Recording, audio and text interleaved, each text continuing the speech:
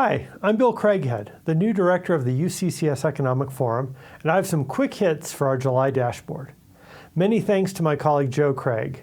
He did the hard work of putting the dashboard together while I get the easy work of talking about it. For the most part, the data we received in the past month point to an economy that is still growing, with inflation coming back down to more normal levels. As expected, the Fed raised its target for the federal funds rate by a quarter point last week. It's unclear what their next move will be, though they are trying hard to signal that they are determined to do whatever it takes to get inflation back down. One interesting nugget from Chair Powell's press conference is that the Fed staff is no longer forecasting a recession. However, we are still getting recession warnings from the index of leading economic indicators, as well as the inverted U.S. Treasury yield curve. The effects of higher interest rates have not completely played out yet, so while I'm cautiously optimistic, we're not out of the woods. Even if we avoid a recession, some degree of further slowing in economic activity is widely expected. My personal favorite national labor market indicator, the share of people in the 25 to 54 age range who are working, rose to 80.9%, its highest level since early 2001. One cautionary note was that the number of people working part-time who want to work full-time increased in June. The first look at gross domestic product for the second quarter had a healthy growth rate of 2.4%, up slightly from the first quarter. Keep in mind this is a preliminary estimate that will probably be revised. The inflation data is moving in the right direction.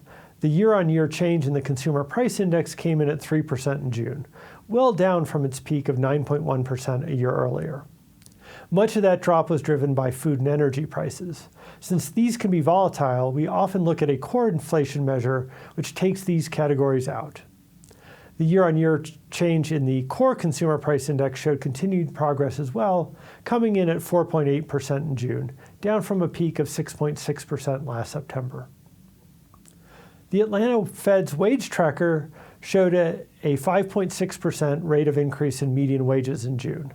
Wages are now going up faster than prices, which means that working people are starting to see gains in purchasing power.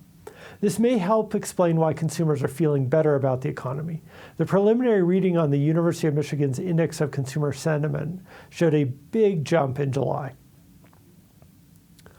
Sales tax collections in Colorado Springs bounced back slightly in June after a dip in May.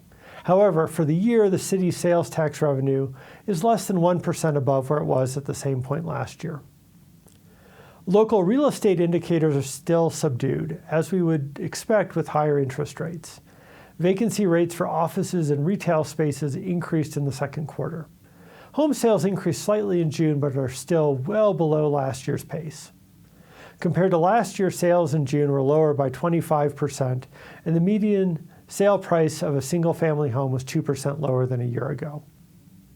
According to Apartment List, rents in Colorado Springs were about 4% lower in July than a year ago. On a personal note, I'm really excited to be getting to work as the new forum director, and I hope to build on the great work my predecessors have done in presenting and interpreting economic data for our community. Thanks for watching.